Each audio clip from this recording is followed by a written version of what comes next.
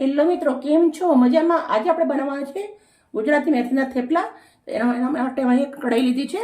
એના અંદર આપણે 2 ચમચી એટલું તેલ નાખું છું. તેલને ગરમ થવા દેશું. થેપલા બનાવવાના છે એકદમ નવી રીતે, બહુ જ સરસ લાગશે. ખાટા મીઠા તીખા સરસ. તેલ આપણું મસ્ત ગરમ થઈ ગયું છે તો આપણે અજમો નાખવાનો છે તેલના અંદર.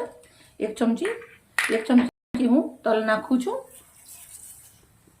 2 ગાંઠ લસણ છે અને 1 ગાંઠ એટલું 1 ઇંચ જેટલું આદુનો ટુકડો વાટી લીધા છે. 5 થી 7 નંગ એટલા લીલા મરચાં વાટી લીધા છે. હવે આપણે આને સાતળી લેવાનું છે. 2 મિનિટ સુધી સાતળવાનું છે. અને આપણે થેપલા બનાવતા જ હોય પણ થોડો કોઈ ડિફરન્ટ અલગ કરીએ, થોડું બહુ જ સરસ લાગે. અને તમે સાચીને 10 થી 15 દિવસ સુધી એને ખાઈ શકો છો. આવી રીતે પહેલાં સાતળી લેવાનું છે. આપણું સરસ સતળી રેડી થઈ ગયું છે. આપણે થોડું લીલું લસણ લીધું છે અને લીલી મેથી પહેલાં ધોઈ નાખી હતી, પણ જૂની સમાર દીધેલું છે. હવે આપણે મેથીને પણ આવી રીતે 2 મિનિટ સાતળી લેવાની છે. મેથી દેખાય ગળી, પણ આવી રીતે પહેલાં આપણે સાતળી લઈએ ને તો એકદમ ઓછી થઈ જાય અને બાળકોને ખબર બી ના પડે કે આના અંદર આટલી બધી મેથી નાખેલી છે એમ. આમ તો આપણે સિમ્પલ બનાવીએ તો મેથી વધારે દેખાય એટલે છોકરાઓ કેવું કહે છે આવું મેથીવાળું નથી ખાવું આપણે એમ.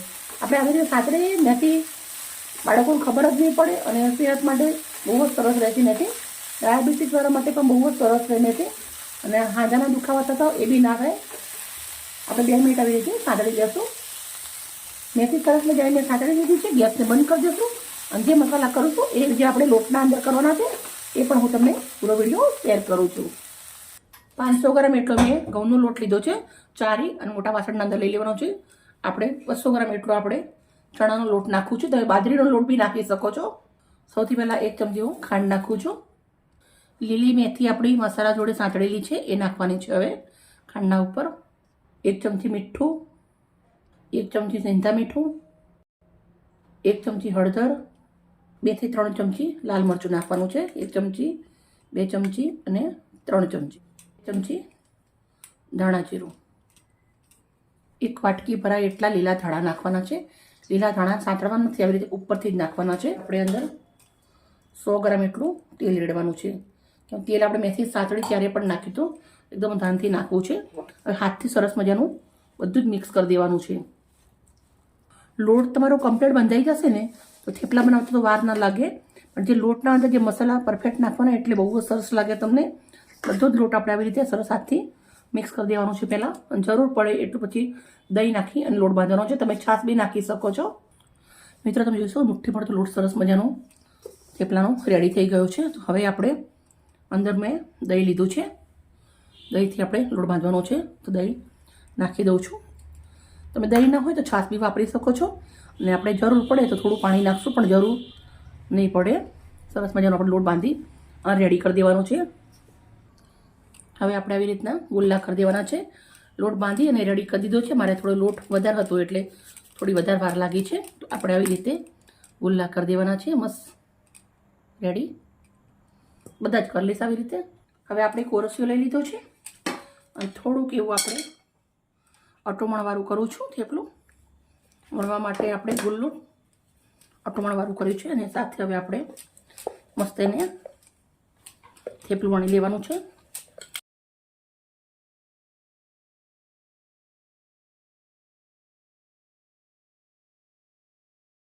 આપણું થેપલું વણી અને રેડી થઈ ગયું છે. બધા થેપલા હું આવી રીતે વણી લેવાની છું. ગેસના પર તવો મૂકી દીધો છે. મસ્ત ગરમ કરી દઈશું. તવો ગરમ થઈ ગયો છે તો હવે આપણે તવાના અંદર થેપલું નાખી દઈશું. આપણે થેપલા વણી આવી રીતે થાળીના અંદર લઈ લીધા છે.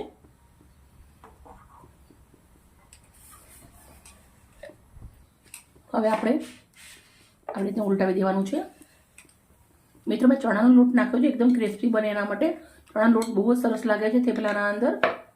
પહેલાં બંને બાજુથી થોડું થોડું આપણે આવી રીતે એને શેકી લેવાનું છે. હવે આપણે આવી રીતે એને ઉલટાવી દેવાનું છે. સરસ આવી રીતના ડિઝાઇન પડી ગયા પછી તેલ લગાવવાનું છે. તો તમારા થેપલા બહુ જ સરસ મજાના ક્રિસ્પી રહેશે. અડધી ચમચી તેલ લીધું છે. પછી આવી રીતે લગાવું છું તેલને.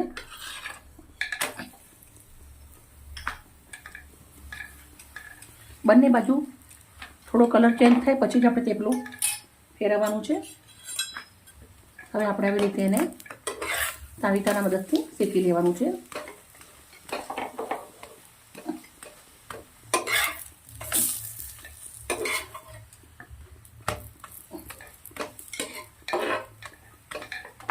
પાછળની સાઈડ જેવી રીતના શેકણું છે એવી રીતે આપણે અગાડી પણ થેપલોથી શેકી લીધું છે. મિત્રો તમે જોઈ શકો ને બહુ મસ્ત મજાના થેપલા શેકી અને રેડી કરી બધા જ થેપલા સેમ આવી રીતે કરી લેશું. બધા જ થેપલા આપણે શેકી અને સરસ મજાના રેડી કરી દીધા છે. ઢગલા બંધ થેપલા બનાવી દીધા છે. બનાવવાના 1 દિવસ ને ખાવાના 2 થી 3 દિવસ. ચાલો આપણા થેપલા બની ગયા છે રેડી. સર્વ કરશું. હવે આપણે એક પ્લેટ લીધી છે. પ્લેટના અંદર આપણે થેપલા મૂકી દઉં છું. મિત્રો તમે જોઈ શકો છો મેં ઘણા બધા બનાવ્યા છે. તમે ઓછા પણ બનાવી શકો છો. બધા જ થેપલા આપણે આવી રીતે પ્લેટના અંદર લઈ લેશું. મિત્રો ચા કોફી જોડે થેપલા સરસ લાગે તો મેં ચા કોફી તો હાલ નથી બનાવી પણ હું જોડે સરસ મજાનું દહીં લઉં છું અને આમળા મરચાંનો ચટણી લઉં છું. ઠેચો બહુ જ સરસ લાગે છે. એકવાર જરૂરથી ટ્રાય કરજો. મિત્રો આજથી મારી વિડીયો સારી લાગી હોય તો પ્લીઝ મને લાઈક કરજો, દોસ્તોને શેર કરજો અને આવી જ મજેદાર રેસીપી સાથે કાઢી મળીશ. Okay bye bye.